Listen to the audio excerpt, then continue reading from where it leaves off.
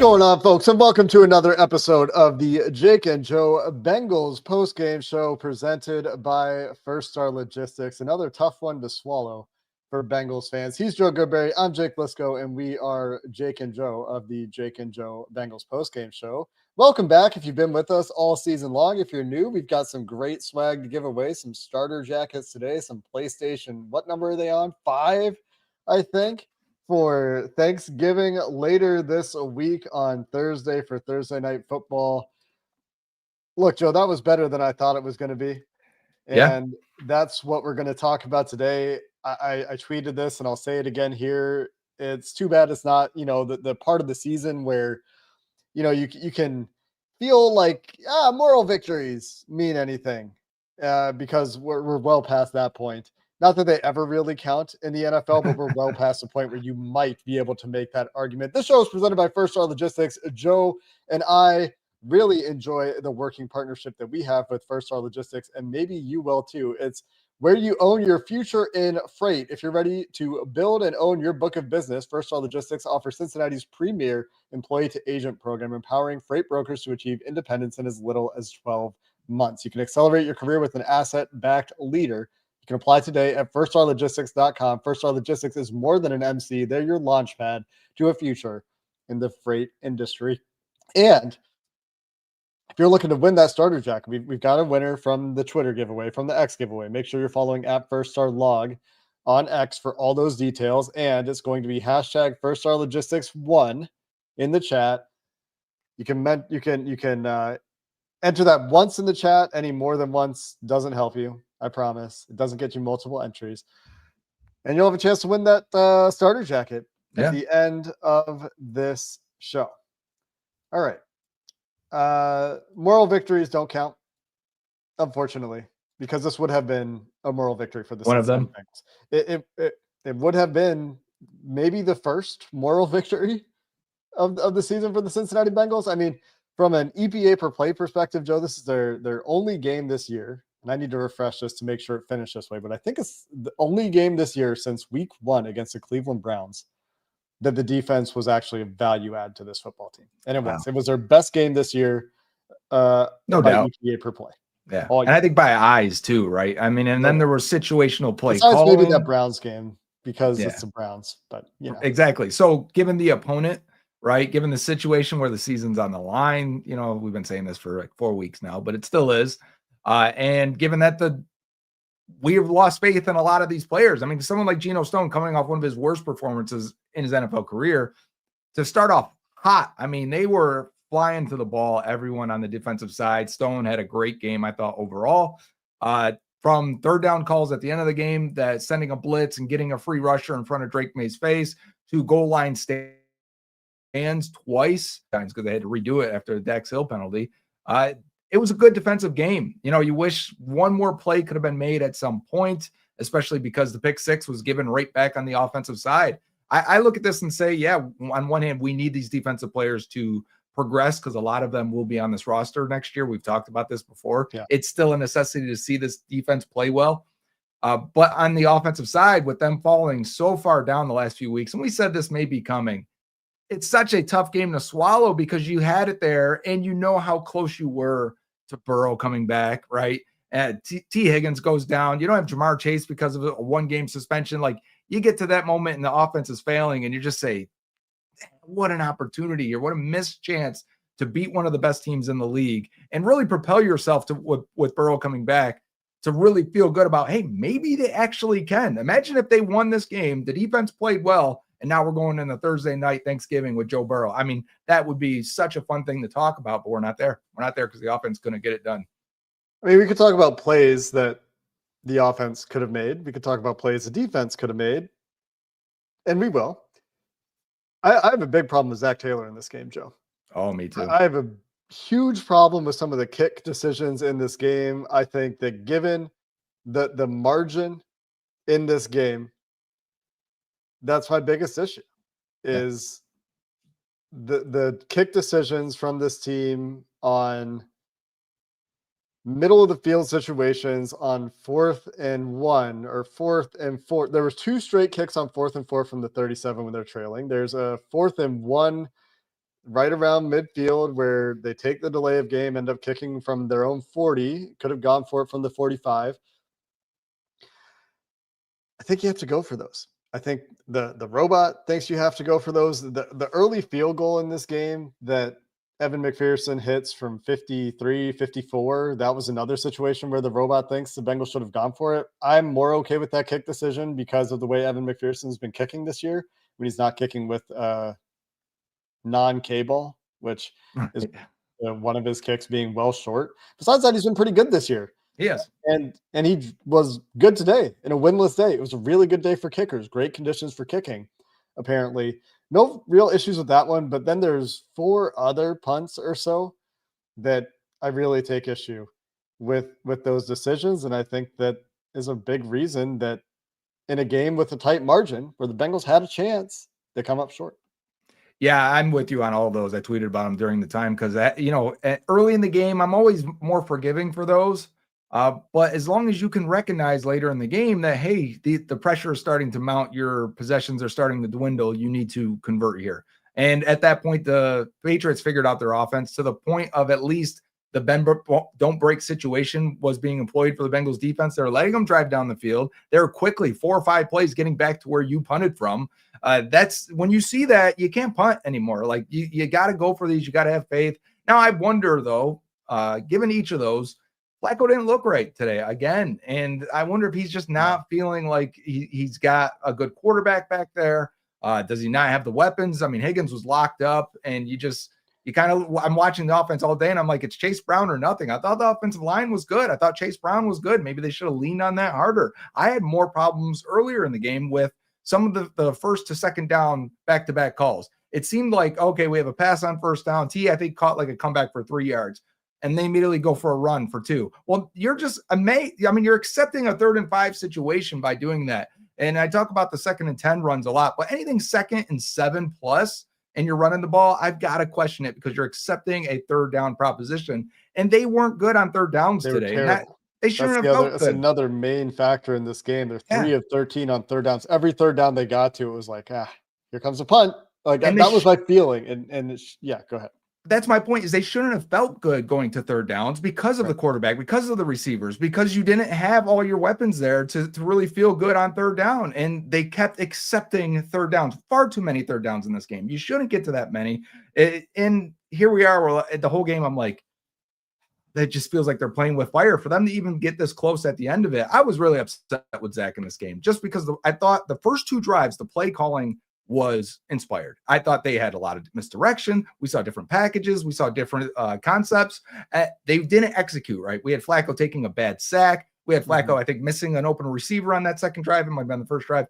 And I was like, okay, they're in their bag right now. Defense is getting stops. It looks like they took this week seriously and got prepared. Or Joe Burrow, amped up the team and got them going, whatever you want to say. But they came out hot on both sides, and they ended up with 3 points out of it. And I just was like, damn, that's going to come back and bite them because I felt they couldn't execute at a high enough level. And I wonder if that's what influenced Zach's decisions, but they're inexcusable. If he gets fired, it's because of these decisions. Flacco was bad in this game until the last couple of drives, at which point you're in desperation mode and you credit him for executing there. But the sack that he took cost the Bengals points and is an inexcusable sack. You cannot take that sack in that situation. The pick 6 he threw is awful. You just can't be oblivious to that linebacker sitting on the flat. Those are really bad plays, and that's something that I think probably makes Zach feel like his hands are tied a little bit. But your running game is working. I think actually maybe a very underrated injury in this game. Taj Brooks left with a concussion that I think he sustained on a kickoff return.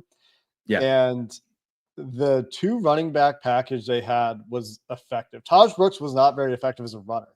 And that was what they started with, but they had stuff built off it. And that's what you're talking about, the multiple packages they got to. That was one of the things that was really cool that the Bengals did early in this game. They're going to 22 personnel. They're going to 21 personnel, which is two tight ends, 2 running backs, or 2 running backs and one, or I guess it would be, 21 would be 2 running backs, 1 tight end. And they're motioning Chase Brown on these plays. I think they got to a play action play to Noah Fant on one of these. They got to a jet sweep to Chase Brown on one of these. And they were finding ways to keep the Patriots off balance by showing unscouted looks. And there's not a whole lot that you can do if you're Zach Taylor this long into your tenure coaching this team, this much continuity that you have with very similar players, and give Mike Vrabel, who's seen you and has seen you many times when he was coaching the Tennessee Titans. This is a familiar opponent for what Zach Taylor wants to do on offense, to show him an unscouted look. And the Bengals managed to do that early in this game. The Taj Brooks injury means they can't go to that. They don't have the belief in the practice squad call-up this week, who ends up returning a kick, Gary Brightwell, to do those things. He probably didn't get reps that Taj Brooks got to do those things. Taj Brooks, I think, had one really good blitz pickup in his snaps before he had to leave the game. So I do think that injury was not great for him to sustain. You're right, Flacco didn't look great. He dislocated a finger, I think Zach said in the post-game presser, which is a what run we of suspected. 3 plays. Flacco, Andre Osubach, T. Higgins. Like it. And he was better after he dislocated the finger. I guess Joe Flacco just needs to sustain an injury and then come back from it, and then he turns it on. But yeah, it was a disappointing day for Flacco, where there are a couple of what ifs in this game that are like, what if this, then the Bengals win? What if Jamar Chase had kept his composure a little bit better last week and played in this game? Because they were down to Charlie Jones and Mitch Tinsley for a few plays until Yoshi got back in on the next drive. That was it, because Germaine Burton's not active either. And as we know, this offense becomes very different to defend when you're like, okay, how do we balance the threats of T. Higgins and Mike Gesicki versus T. Higgins and Jamar Chase? And then you have those ancillary guys. And credit some of those guys for making plays. Mitch Tinsley, great couple great catches. One of them looks like it's going to be intercepted. That's a really difficult thing to do when you expect that ball to be deflected in front of you, and it just makes it through the wickets. Really hard to keep your eyes on where that ball is going.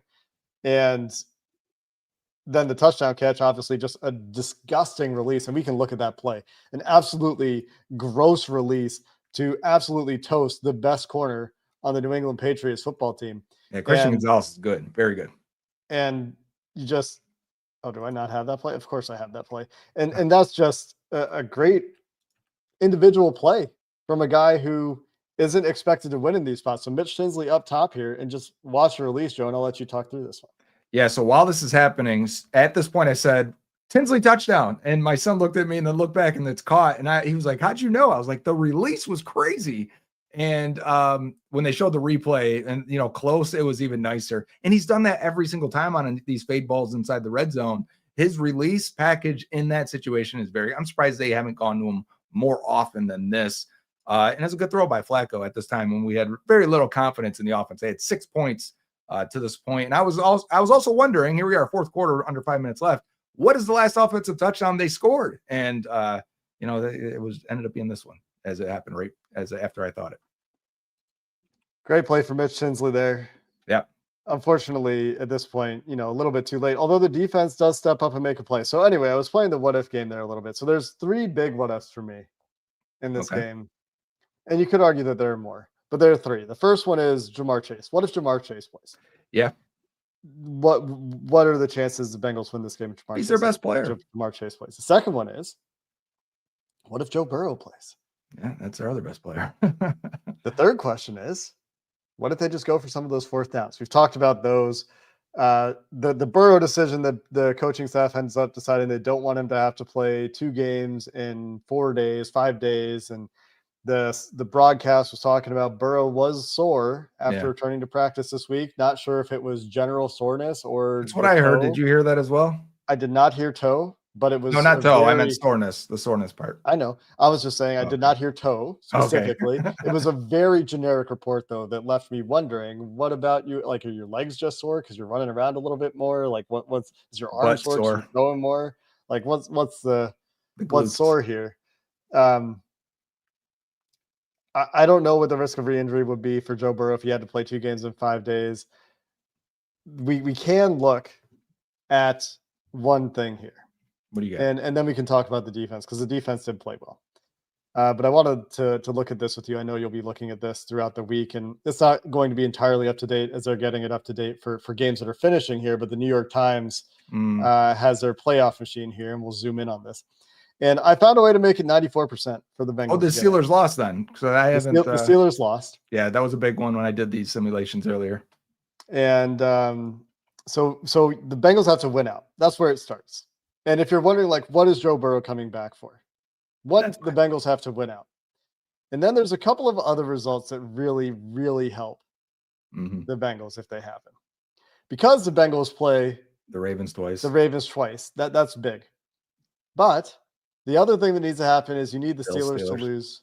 That helps a lot, right? That's a 10% swing. The Bills beat the Steelers. That's the one I found. I was like, okay, yeah, maybe the Bills will beat the Steelers. So it's the Steelers lose to the Bears today. They're going to get Aaron Rodgers back, it sounds like. The other one is you need the Ravens to lose somewhere. Apparently you want the Ravens to beat the Steelers at this point, but that is with, I found a Ravens loss somewhere, the Patriots. So the Patriots who beat the Bengals today, I think have to travel to, Baltimore. I think this is a home team on the right. Is that correct? Yep. So they have to travel to Baltimore. And if the Patriots win that one and the Bengals win out, then you're at 96% to make the playoffs. Now, we are talking about an extreme long shot here. Yeah. The chances of these things happening, minuscule, because the Bengals have to play the Ravens twice. They have to play the Bills. They have to win games that you would expect them to win with Joe Burrow starting at quarterback. But I love the comments, though. Stop. The season's over. It is over when you're eliminated. The season's been over for a long time. The season ended in week 2, guys, but it is not over until you're eliminated. And then it turns into a different season. It's an evaluation season. I mean, the other thing here is this is what Joe Burrow is thinking when he's returning to play. Right. If you're wondering why Burrow would play. If you want to get in the mind of like why the Bengals want Joe Burrow to come back, if Joe Burrow wants to come back, there's still a shot at this thing. Is it a slim chance? Yeah. If they had beaten the Jets, if they had managed to win this game, if they had beaten the Bears, like pick a game. If they had done their job in one of those games. It's different today because the division leaders are 6-5. Yeah. But the Bengals are 3-8. Yeah, it's a really long shot, but that's why Joe Burrow is going to come back. Yeah. And for the people still commenting, it's over. It is over. It's been over. But it is also not over until it's over. So you know what I'm saying. I wanted one last point on the offense. Yeah. You got one drive at the end to score a touchdown. Before the season, if I say this is the scenario for most games, the offense has the ball, they need a touchdown to score. I would take that most of the time. But you don't have how much of your cap, 40% of your cap on that last drive without Joe Burrow, Jamar Chase, T. Higgins. It's a tough one. And you know, when you take those guys out of that situation, I'm going to say, I don't want that situation. I don't want Joe Flacco throwing to Mitch Tinsley and Andre Osivach and Mike Gesicki. I mean, it's okay, but it's not enough. If Flacco was not good today, I want to make that point because I did see some comments on the side here. I try to read your comments, so that's why sometimes I start stuttering when I'm talking because you guys distract me. But someone said, don't blame Joe Flacco. Joe was terrible. Flacco was really, really bad. Like you win games most of the time with average quarterback play in this game, I think. And he was not even average. So it's hard to say don't blame Flacco. Like to me, Flacco is as big of a culprit in this game as any person, even Zach Taylor, because it's hard to win without the quarterback playing at a certain level. And he wasn't able to play that way. I was busy calculating how much of the Bengals cap was missing today. What is it at? After T. Higgins left. If you include Trey Hendrickson in the mix, it's 46%. Trey, that's right. Higgins, Hendrickson, Burrow, Chase, and $66 million in cap hit for this year on IR or suspended for this game. Yeah, you don't want to be in that situation, but you are in that situation. That's why we talked about the punting decisions, right? Yep. Bengals had a chance to beat a team that's 10-2 now, right? 10-2. They are 11-2. They haven't had a bye. 10-2. Week 12. They haven't had a bye yet.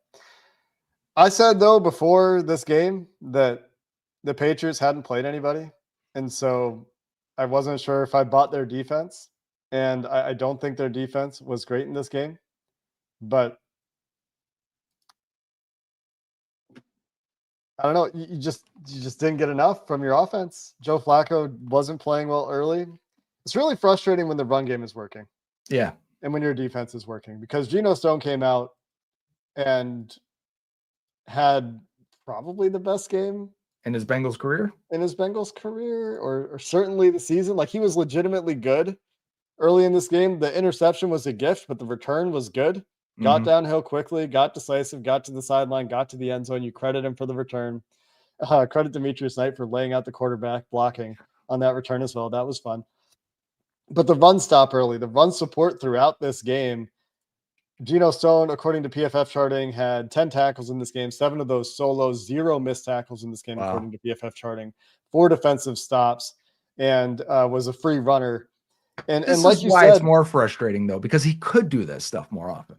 well, they got him into good positions in this game. They I did. wanted to look at where he was lining up. Is he in the box more? He wasn't really in the Felt box a ton. 16 snaps in the box in this that's game. it. Wow. Jordan Battle in the box, 33 snaps in this game. But Al Golden finding a couple of answers in this game. Generally, I wasn't pleased with the defense on third downs and on long to go situations, but the couple times he dialed up those zero pressures, and they were blatantly obvious zero pressures. Yeah, they were. Cornerbacks on a picket fence, like, you're not dropping out of this. There's no I really zone. thought they were dropping out because they were so obvious. I'm like, they got to be dropping out. There's no way they're sending all this. Al Golden ain't that sophisticated, Joe. Yeah. And everybody comes, maybe one guy drops out, but he gets free runners on both of those third down situations. One of them, they get Gino Stone, who maybe makes an adjustment on his own to flip sides and is a free runner that forces a throw quickly, goes incomplete. Bengals get off the field. The second time, Barrett Carter in the A gap, free runner. Patriots weren't expecting him to be a rusher on that play, obviously, because you're generally blocking inside out, but you get a free runner in the A gap, nearly an interception, which could have won the Bengals game. Speaking of plays that the Bengals just needed one more of to have a chance to win the game, and they didn't get. But credit Al Golden for those couple of plays. But besides that, the Patriots on third downs, like the Bengals lost this game on third down in many ways. 5 of 13 for the Patriots on third down, which isn't great, but some of those third down conversions were pretty killer. Yeah, and I was going to say Drake May probably had one of his worst games of the year. Stephon Diggs had one of his lowest production games of the year. Shout out to DJ Turner shadowing Stephon Diggs. I was really wondering how they're going to do the corner situation. We heard that Dax was going to go to the boundary, which he got torched out there.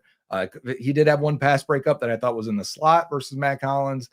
They brought in Jalen Davis, who had a good game off the practice squad in the slot. He's been an understudy from Mike Hilton for a long time. Looked a lot like him in terms of his aggressiveness and willingness to tackle and blitz. The only sack of the game. Yeah. And but DJ Turner was all over. He was in his butt all game in a good way. And I've had too many butt references in the show because the team was Joe. butt. All right, let me start over. Cut that one. Wait, are we live? All right, DJ Turner was all over Stephon Diggs. And Diggs has had a very good bounce back year coming back from injury and been their number one. And without him, I think the Patriots have really struggled a lot of times on offense when they can't get the ball to Diggs. And what was the answer for them? It was picking on the linebackers over the middle of the field with these tight ends, and it continues to be a big thorn in the Bengals side. And then it was Pop Douglas down the middle on a cover Tampa 2 for Barrett Carter, who couldn't really find the ball. It's a tough ask, honestly, for any linebacker in that situation. Great throw by Drake May. I thought they held Travion Henderson in check. I thought they did a good job overall. Even Miles Murphy had 3 pressures all in the first half. It really wasn't much. I want to see what adjustments they made for the second half of that game, because as the linemen started going down for the Patriots, what did they do to keep Drake May up? Because they did in the second half, despite being down 2 offensive linemen, Jared Wilson and Will Campbell. I think the step down from Will Campbell to Vidarian Lowe, is that his name? Or Viridian Lowe? Is it Vidarian? It's Lowe. Vidarian Lowe. That should be a big drop off. And I think it's just that Osai, the way that Osai wins, if he does win, it's not in a way that is disruptive enough. Miles Murphy, when he had a couple of reps against the Patriots backup right tackle, whose name now escapes me, Marcus Bryant, who had only 7 snaps, 6 of those pass pro snaps when Morgan Moses, who was dealing with an illness, had to leave for a little bit. Miles Murphy was eating that guy's lunch, man. Miles Murphy was beating that guy. Power, speed to power. Look good. We can look at one of those because it's kind of emblematic of some steps that Miles Murphy has taken, and also this is a touchdown. Yeah, and also a step that we still need him to take or would like to see him take. I don't know if he's got it in him because it's an athleticism question, but when he had the opportunities here, this was good for the Bengals. And so my point in saying this is Jared Wilson was not the Patriots' best pass protector at left guard. Ben Brown went in there. He gave up a pressure to Chris Jenkins that helped the Bengals get off the field. In one instance. Former Bengal undrafted free agent getting in there at left guard for the Patriots. Vidarian Lowe, you should be able to beat up on more than the Bengals did in this game. But this is a clean win for Miles Murphy. Couple things here. One, people are really on Miles for this, I think, because it's fun to hate on Miles Murphy for some people. I thought he was pretty good today. Drake May has been really good at evading especially sacks. in the pocket. We talked about this in the preview show. Talked about it in the preview show. His moving in the pocket, his evasiveness in the pocket is up there with everyone. It's Joe Burrow in the pocket, to be honest. I compared it to Joe Burrow in the preview show for sure. And I caught glimpses of Joe Burrow in Drake May's game today for sure, like a couple of times. Not comparing them as players overall, but like stylistically, the way they move in the pocket. Anyway, watch Myles Murphy here on the left side of the defense. You're going to get a clean win, and then you just got to turn the corner a little bit better here, because I'll pause it when he wins. He's won. And if you turn this thing flatten to the QB. You're talking about flattening to the quarterback at 1, 2, 3, 4, 5, 6 yards. You could have a 6-yard corner turn here. If you're Myles Murphy, anything deeper than 8, you're maybe in trouble a little bit.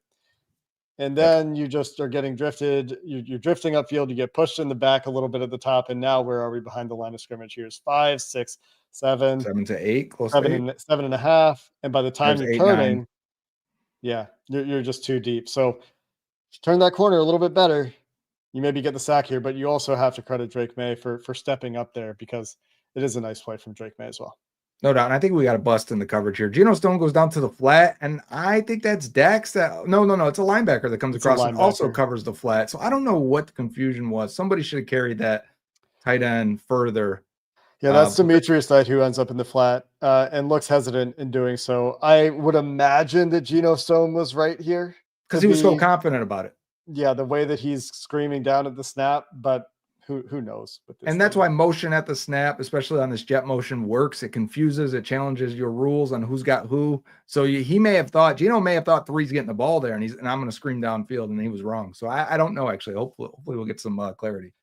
Yeah, I wonder if we will. The other thing that we can point out here, as we're talking about Gino Stone, shout out Andrew Foxmiller for this video that he took from the stadium. You get some live all 22 here. Yeah, I was gonna say he's got the pre-shot of the clock too. Yeah, got the pre-shot of the clock. This is professionally done by our guy Foxmiller, and this is just Gino Stone jumping the gap here. This is great play from Gino Stone. Great goal line defense. A couple right on the goal line. This is the one that stands out to me the most. Maybe he had others that I'm not recalling. I would believe you if you said that he did. This is also a good win on the left side, but Gino Stone just jumping the gap and making contact here, slows this down. On the other side, I think it's Myles Murphy who gets in there. Let's see. Myles Murphy is on the right side here, so it's not Myles. Yeah, we got BJ Hill as the far defensive end, and then this is a different play. I'm going to go get the other play while we talk about this one and talk about Gino Stone here, because there are 2 plays. I'm going to go find the other one, Joe. But yeah, so I thought BJ had a good day against the run as well. So that one pops up there, and he had another one where he knifed in the backfield. Nosai ended up cleaning it up. Hill has been slowly returning to average form, I think, for him overall. Again, I don't think he's impactful enough. I would like to see Chris Jenkins ultimately replace him. We're talking big picture, but it is nice to see him being decent again. Yeah, I think he's kind of been more or less himself. Yeah. Here's the other one. This is Myles. This is also Gino Stone. This looks like a run blitz that we get here, and Gino Stone first in there, but also Myles is unblocked. So I guess it's just a well-timed blitz. Maybe you credit the play call here. Well, you've got an option run to hopefully freeze that unblocked end, and he never falls for it. Maybe pass. Yeah, I guess so. Maybe Drake May should just pull this, but you do have Barrett Carter back there for the keeper. Mm-hmm. So again, nice play from Gino Stone down at the goal line. Oh, you know what we haven't talked about yet that I wanted to talk about, that Matt Music 1 brings up in the chat is Germaine Burton. Yeah, I would like. What if Germaine Burton had played in this game, Joe? Honestly, I would have liked to have seen it, to be honest. And what if that route to Charlie Jones was to Burton? I thought Jones, again, so they draw something up. They're going to try and get one-on-one. You got one-on-one coverage, no safety over the top, and you're getting this corner route from inside of a stacked release, right? Charlie just couldn't run through contact and keep his speed up. A much bigger Germaine Burton, maybe he can do that. I get trying to get a play to Charlie because I want to see Charlie run routes too. I think he should have had a broken off big kick return again in this game. But if Burton was out there for the depth, it's weird to go into a game with only 4 receivers. I don't care if you count Mike Gesicki as a receiver, because I always have, but 4 true receivers, you're one injury away from not being able to run your offense the way you want to. And the Bengals have really not given enough reps all season long to wide receivers 4, 5, and 6, of course, being Burton. And that bit them today. So now they're in the game and you're like, we don't know if half these guys can even play. So let's figure it out as we go. What must be going on with Germaine Burton for him not to be active? The worst. I imagine it's terrible behind the scenes. A couple of updates here as we get toward wrapping up. A reminder, one, that we have a post-game show coming after Thursday Night Football. I know it's Thanksgiving. After the game, we will have you covered. We will be giving away PS5s. You want to be here for that. Again, make sure you're following @FirstStarLog on Twitter I want for a the PS5. Twitter giveaways. I want a PS5 also as well, too. So much so that I said it 3 times. We'll be giving that away, so make sure you're back with us after the game on Thursday night. The other update that I have here, T. Higgins tweeted that T seems to be all right at the moment. I had not seen this from T. Higgins. Short turnaround. I hope he is all right. That was scary. I don't think we're going to see T. Higgins next week. He was out apparently for a while, to the point that from people who were at the stadium covering the game, trainers had to turn T onto his back, hit his head very hard. The worst kind of injury. Did you see him get in the cart too? They had like a close view of him and he was kind of like shaking and his eyes were like squinted shut. Yeah, he was in a lot of pain. Yeah. Worst kind of injury because, one, it's coming on a penalty and you're left wondering, like, what if there's just no penalty on the play? Does the guy get up without an injury? 2, it is probably just unlucky, but whenever there's a penalty involved, it feels worse. 3, it's just T's doing literally everything he can to just make a play there. Yeah. And you get hurt for it because you're putting your body on the line.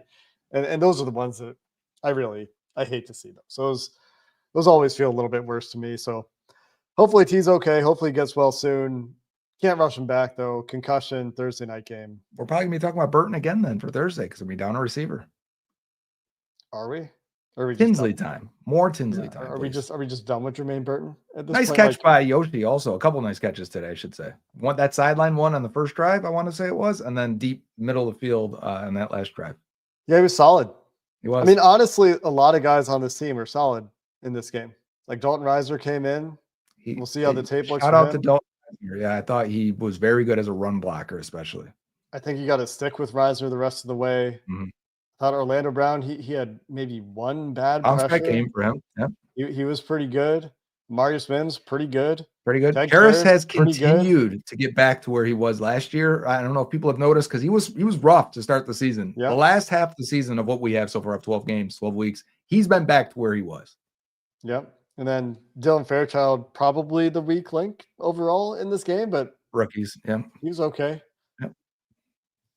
Pretty solid game from a lot of guys. Just didn't get it from the quarterback. Great game from Chase Brown. We didn't talk about Chase Brown nearly enough here. He was the entire offense. We mentioned it, but he's been back also. I mean, the run game has been excellent for the Bengals this year. I know the numbers, like compiling rushing yards, whatever. I'm never going to even cite how many rushing yards they have in a season. It's never going to be a thing I look at. But their efficiency, their EPA, their success rate, they have been very, very good this year as a running team. In fact, it's the best run game they've had in the Zach Taylor era, and I think we saw it again today. So shout out to Chase Brown. He's been good. Yeah, really good the last few weeks. And the Patriots have one of the better run defenses in the NFL, according to the broadcast. I didn't go to verify that myself, but Chase Brown at 5.5 yards per carry, 5.2 yards per carry for the team overall in this game. Go over 100 yards rushing. And when it's just frustrating when you can't get anything going in the pass game off of that. Yeah. And I know they're missing Jamar and T and Joe. And the what if game is really going to be haunting. We've only had like 5 games like this since 2021. I mean, that's why it's so frustrating because we're not used to seeing a passing offense that just looks like so anemic. Yeah. Frustrating to watch the passing offense today. And like you wonder, how would Jake Browning have played? We got to see one play of Jake Browning, and he was spry. He moved. it looked like Jake Browning, though, man. It's the same thing. Like if it's hard though when you can't move for Flacco. It was. That's what I was gonna say. Yeah. If you combine those guys, if Joe Flacco is as spry as Jake Browning, then you're probably a little bit more functional out there. But yeah. A rough loss in this one, Joe. The season further over. One of my conclusions is Well, Joe Burrow's return matters even less now. And that's brutal because I can't imagine what he's thinking as he's watching this game on the sideline and watching some of the things that happened, especially early in the game. But now he's like, yeah, I can come back and run the table and we'll have a shot at it. But must have been brutal to be Joe Burrow on the sideline in this game. The one sideline shot we got of him was him looking pretty unhappy. It was after the pick six, I want to say also. Yeah. And I think he's got to watch the last 2 weeks and say, if I'm in there, we win. And we talked about that last week after, that game, and we talked about it this week. I put a poll up, actually. I want to see what the results were now that we're at the end of the show here. If you want to get ready for the other things to close the show off, I want to see real fast what the poll ended up being. Would the Bengals win this game if Joe Burrow was starting? 86% out of 30, almost 400 votes say yes. And I agree. I think they would have won this. You're on mute. Of course, they say that. I do wonder how much the Joe Burrow slow start factor will be a thing. I know it's not the start of the season, and maybe we'll find out that it's literally just the start of the season. And maybe he can't move as well either because of the toe. We should not expect him to be moving quite as well. The last thing I guess we could talk about is like they could have probably called defensive pass interference on those last couple of throws of the game on the Patriots. At least a Mitch Tinsley play. I didn't get a good enough look at the Gesicki one. It looked like it, but it also looked like Gesicki was selling it. The Tinsley one looked, yeah. The Tinsley one looked pretty clearly playing through the back, got there early. A bit reminiscent, if less blatant, to be fair, because both guys are horizontal a little bit, but reminiscent of the Dejan Anthony DPI against the Chiefs on fourth down. And on that second down, though, it's a bad throw by Flacco on Tinsley. Quick. He says to him right before, I'm giving you this out route at the 10-yard line. You can see it, and he just left it inside. Like, again, we probably don't get the third and fourth down if you hit that one. And I wonder about his finger affecting that throw, and I wonder about his shoulder affecting that throw because it was a wobbler. It was probably not as fast of a velocity as Flacco was hoping for, and left inside as well. Let's get to the giveaways, Joe, because here on the Jake and Joe Bengals postgame show presented by First Star Logistics, even when the Bengals lose, somebody wins. And we've got a winner from our giveaway on Twitter, Joe. Yeah, our first pick six is going to Krista Hickman. Congratulations. You are getting a starter jacket, a Bengals starter jacket. I'm saying pick sixes because they give away 2 in this game. We're giving away 2 in this show. How about that Twitter banner there? House divided. Living in a house with a Steelers fan. Way to stick it out, Krista. I couldn't do it. Could you do it, Jake? I think I've been in my life on a single date with a Steelers fan. And that was that. Were they a typical Steelers fan? Because if they are, like, no, I can't do it. I don't know that I've met any. I'll just say no and leave it okay. there. Let's continue with our giveaway with our winner from the live chat here. Hashtag First Star Logistics. If you've entered that hashtag in the chat, hashtag First Star Logistics 1. My apologies. If you've entered that hashtag in the chat, you have a chance to win our second starter jacket of the stream. And let's see who comes down with the starter jacket. You have one of these jackets? I had. I had a Orlando Magic starter jacket. Young J Diner. 0. Yeah, 0. Congratulations. I wonder if that's a rapping name. Young J Diner 0. Congratulations on your win of the starter jacket. Make sure you're keeping your eyes on. Mine was Young J comments. Breakfast when I was a kid, so I like it. Yes, of course. Keep your eye on the YouTube comments for how to claim your prize if you've won. We'll be back with you again for that post-game show. Make sure you're with us for a chance to win one of those PlayStation 5s after the Thanksgiving Day game. And we'll be with you earlier this week, unfortunately for us, but not at all unfortunate for you. You get a couple of short week shows this year. 2 Thursday night games. Joe and I will have a midweek show with some thoughts for you as well. And we'll see you for that one. Until then, First Star Logistics wishes you a happy RFP season. You can get on the fast track to freight business ownership with First Star Logistics. You can make this RFP season truly wonderful and secure your future with First Star Logistics, America's leading asset-backed 3PL. They'll empower you to own your own book of business in just 12 months. It's time to build, grow, and succeed. You don't have to wait. You can apply today at firststarlogistics.com. First Star Logistics, more than an MC. They're your partner in prosperity. Until next time on the preview show, appreciate you hanging out and watching the Jake and Joe Postgame Show presented by First Star Logistics.